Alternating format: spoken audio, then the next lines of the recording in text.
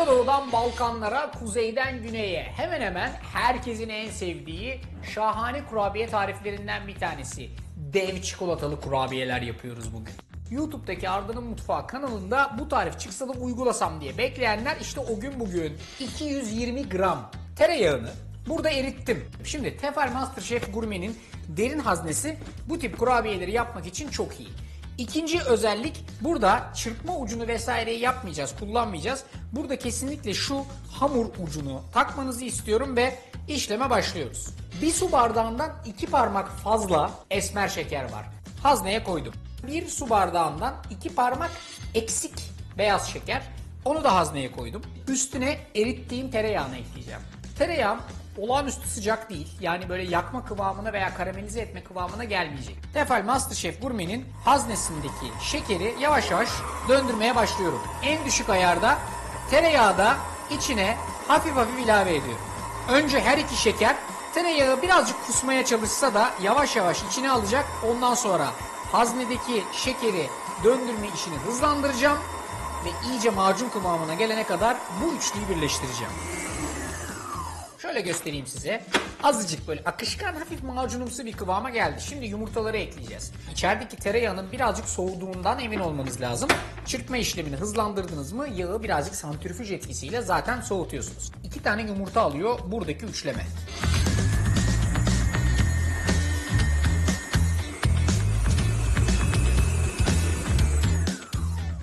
Yüksek devirde çırpma işlemi buraya kadar. Hafif böyle boza kıvamına doğru geldi bu arkadaş. Akışkan ama yoğunlaşmış durumda. 2,5 su bardağı un var. 1 paket kadar toz vanilya ekliyorum. Birazcık karbonat ekliyorum. Yarım tatlı kaşığı kadar. Bu arkadaş sadece hafif bir kabarma etkisi verecek ve sonra çökertecek. Şimdi düşük ayarda bunu çalıştırmaya başladım. Niye düşük ayar? Çünkü buradaki bütün unun yüksek ayarda patlamasını istemiyorum. Havaları uçmasın. Yavaş yavaş unlu karışımınızı buradaki haznenin içindeki her şeye ekliyorsunuz. Havalara sıçramayacağından emin olduğunuz noktadan sonra da buradaki deviri arttıracaksınız. Çok küçük bir tutam deniz tuzu atıyorum. Arkasından da devri yükseltiyorum. Karıştırma işlemi çok da uzun sürmüyor. Bak şimdi içi şöyle yoğun bir kıvamda. Gayet iyi görüyorsunuz bunu. Artık işin içine damla çikolata ekleyeceğim. Ben şöyle 1, 2, 3 dolu avuç çikolatayı, hatta belki birazcık daha fazlası içine ekliyorum.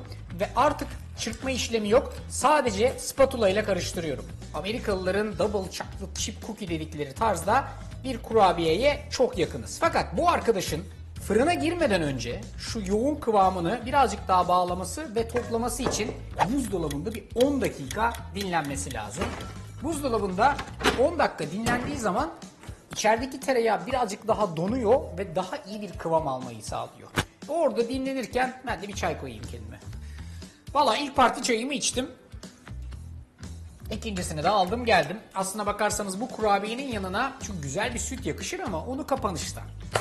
Şimdi 10 dakika dinlendirdik bu arkadaşı. Bunu ne kadar dinlendirirseniz o kadar donar. Ondan sonra porsiyonlaması birazcık zor olur. Bir dondurma kaşığım var. Dondurma kaşıkları boy boydur. Çok küçük olanlardan değil, orta tam bir ideal top boyutunda olanlardan bir tanesiyle beraber bak şimdi. Aldım dondurma kaşığına, bu kadar çok değil, yarısına denk gelecek şekilde şöyle dondurma kaşığını tam doldurdum ve üstündeki fazla kısmı sıyırdım. Öbür türlü çok devasa oluyor.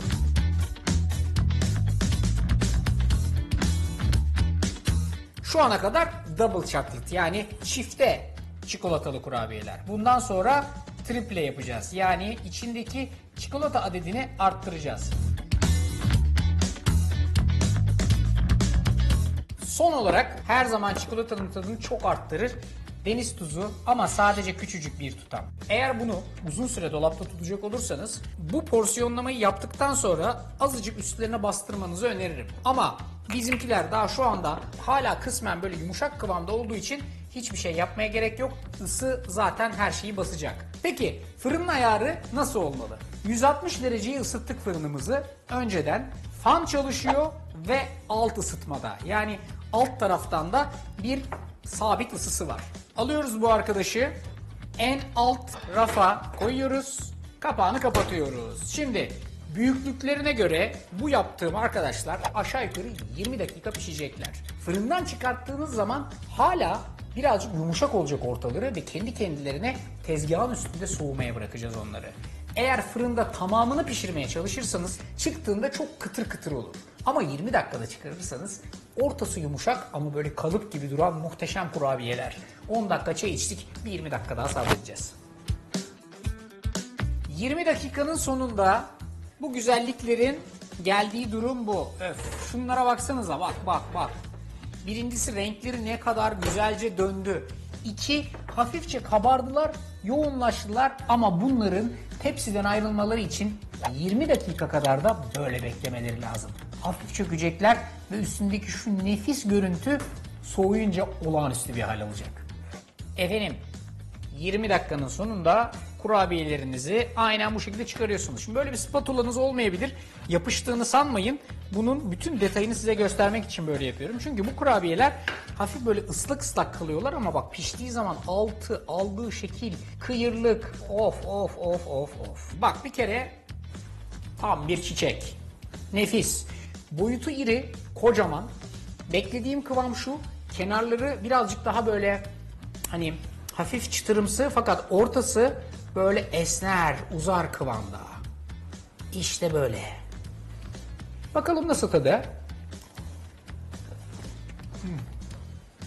Bu ne? Bu tarifi yapacaksınız.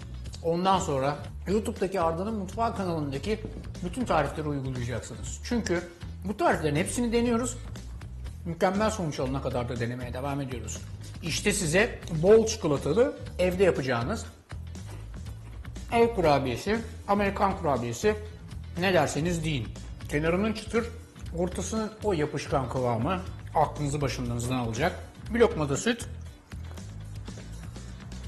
Oh, sizden iyisi yok. Tarif benden, uygulaması sizden. Sizden gelecek güzel sonuçları heyecan ve merak içerisinde bekliyorum. Orada ben biraz yemeye devam edeyim. Hadi bakalım, hepinize afiyet olsun.